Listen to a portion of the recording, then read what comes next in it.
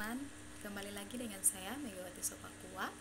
Di video kali ini saya akan membahas sedikit tentang daya guna atau kebergunaan.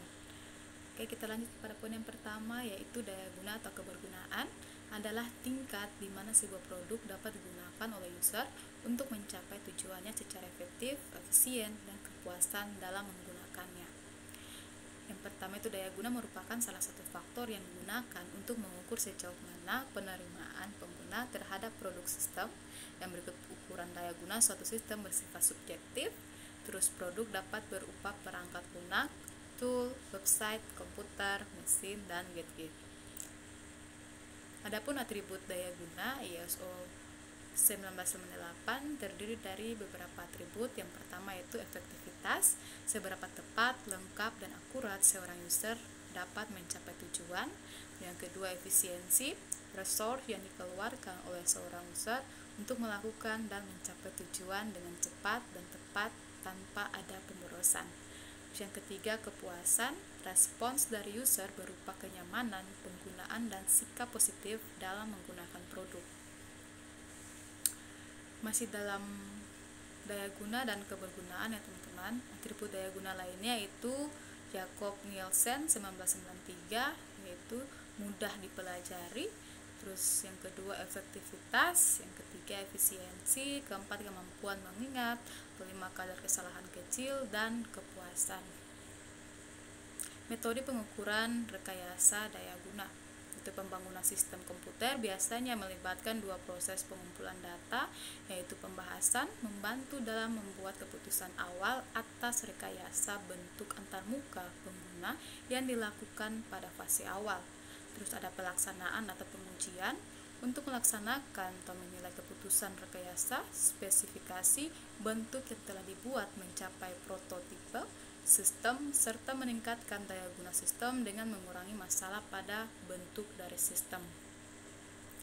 Terus pembahasan dan pengujian daya guna yang dilakukan dengan benar akan memberi manfaat penghematan biaya pembangunan sistem. Terus yang berikut, sistem yang mempunyai daya guna tinggi dapat mengurangi biaya pelatihan, support konsumen, dan meningkatkan kepuasan pengguna. Adapun domain penerimaan sistem, yaitu penerimaan suatu sistem dibagi dua, yaitu pertama penerimaan aspek sosial bergantung kepada kepercayaan atau keyakinan dan lingkungan sosial, dan yang kedua penerimaan praktek. Yang pertama itu usefulness atau kegunaan, merujuk kepada sejauh mana suatu sistem mencapai tujuan. Terus dua kategorinya, yang pertama itu utilitas yang merujuk kepada fungsi sistem.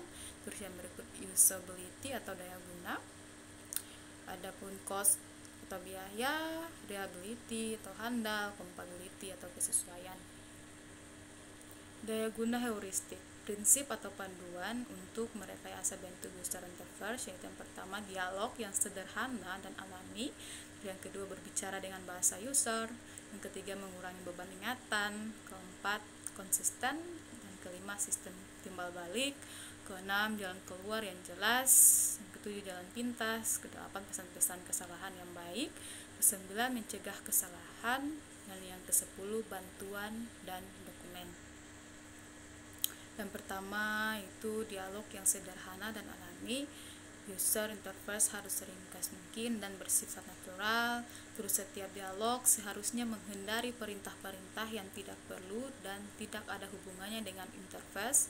Yang berikut, setiap ciri atau elemen baru yang ditambahkan berarti satu masalah baru yang harus dipelajari oleh pengguna. Masih dalam daya guna heuristik ya teman-teman. Dan yang kedua itu berbicara dengan bahasa pengguna. Dialog seharusnya menggunakan bahasa yang dipahami oleh user.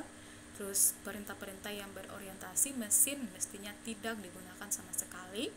Terus selain itu frasa-frasa yang digunakan harus mudah dipahami kebanyakan user, bukan hanya segelintir saja. Yang berikut, pengguna singkatan dan bahasa yang tidak jelas juga harus dihindari karena dapat disalah tafsirkan sehingga membuat user keliru. Berikut, pengguna metafora merupakan salah satu pendekatan yang boleh digunakan. Objek yang tampil di layar, jenis perintah, jenis interaksi pengguna, cara sistem memberikan feedback, dan sebagainya adalah berdasarkan frasa yang biasa digunakan. Misalnya desktop, icon, menu, card, copy and paste. Terus yang ketiga, mengurangi beban ingatan pengguna, yaitu user seharusnya tidak dibebani untuk mengingat atau menghafal pada saat berinteraksi dengan sistem. Terus sebagai contoh, pengguna menu dapat mengurangi beban user dibandingkan penggunaan baris perintah. Terus ada aplikasi yang menggunakan menu lebih memuaskan dari fleksibel. Terus dalam kasus-kasus tertentu, format perintah perlu disampaikan dengan jelas, misalnya perintah DOS untuk menghapus dengan del dan membuat duplikasi dengan perintah copy. Dan yang keempat itu konsisten ya. Ciri-ciri konsisten adalah dapat menghindarkan user dari rasa was-was atau ragu-ragu di saat menggunakan suatu perintah atau fungsi. Di samping itu juga dapat mempercepat interaksi, misalnya perintah cetak dari Windows dengan file print. Nah, yang kelima itu sistem timbal balik. Sistem seharusnya memberitahu pengguna segala aktivitas yang sedang berlaku atau status dari sistem, menunggu input atau menampilkan output dan sebagainya ya teman-teman. Jangka waktu suatu umpan balik bergantung pada kondisi dan fungsi yang memerlukannya. Terus dalam fungsi dan operasi, user interface juga akan memberitahu status suatu sistem jika terjadi suatu kerusakan, misalnya status bar pada Microsoft Word. Dan yang keenam, jalan keluar yang jelas. Sistem seharusnya dapat memberikan penjelasan tentang kondisi dan solusi untuk menghindari user terperangkap dan aktivitas atau situasi dan tampilan-tampilan yang tidak diinginkan pada saat berinteraksi dengan sistem. Apabila user melakukan kesalahan dalam memilih perintah, maka ia dapat keluar dari kesalahan tanpa ada masalah, misalnya perintah undo. Dan yang ketujuh, jalan pintas. Demi kemudahan dan kecepatan interaksi di dalam menggunakan suatu sistem, maka sudah seharusnya bila tersedia shortcut berikut berguna untuk membantu user agar dapat menggunakan berbagai fungsi dengan mudah. Terus jalan pintas yang sering digunakan adalah seperti aplikasi yang tersedia di desktop yang dengan double klik mouse maka aplikasi bisa dijalankan. Dan yang kedelapan, pesan kesalahan yang baik atau error message, menyediakan mekanisme pemberitahuan kesalahan dan menunjukkan suatu situasi bahasa user berada dalam kondisi bermasalah serta membantu user untuk lebih memahami sistem. Terus terdapat 4 peraturan yang harus diikuti dalam penggunaan pesan kesalahan, yaitu yang pertama, pesan kesalahan yang digunakan harus jelas dan mudah dipahami, disampaikan dalam bentuk teks, frasa atau konsep yang mudah dipahami. Terus yang kedua, pesan yang disampaikan bersifat khusus. Dan yang ketiga, pesan kesalahan yang disampaikan sebaiknya menyediakan cadangan penyelesaian atas kesalahan. Dan yang keempat, penyampaian kesalahan dilakukan secara sopan. Dan yang kesembilan, mencegah kesalahan, rekayasa interface yang seharusnya mampu membuat user menghindari kesalahan. Terus misalnya interaksi dengan menggunakan menu. Ya. Dan yang ke-10, bantuan dokumentasi, merupakan kemudahan yang diberikan dalam kebanyakan sistem, menjelaskan cara menggunakan sistem, ciri-ciri khusus sistem, dan membolehkan user untuk mengendalikan sistem dengan lebih baik. Nah, yang berikut yaitu siklus hidup daya guna.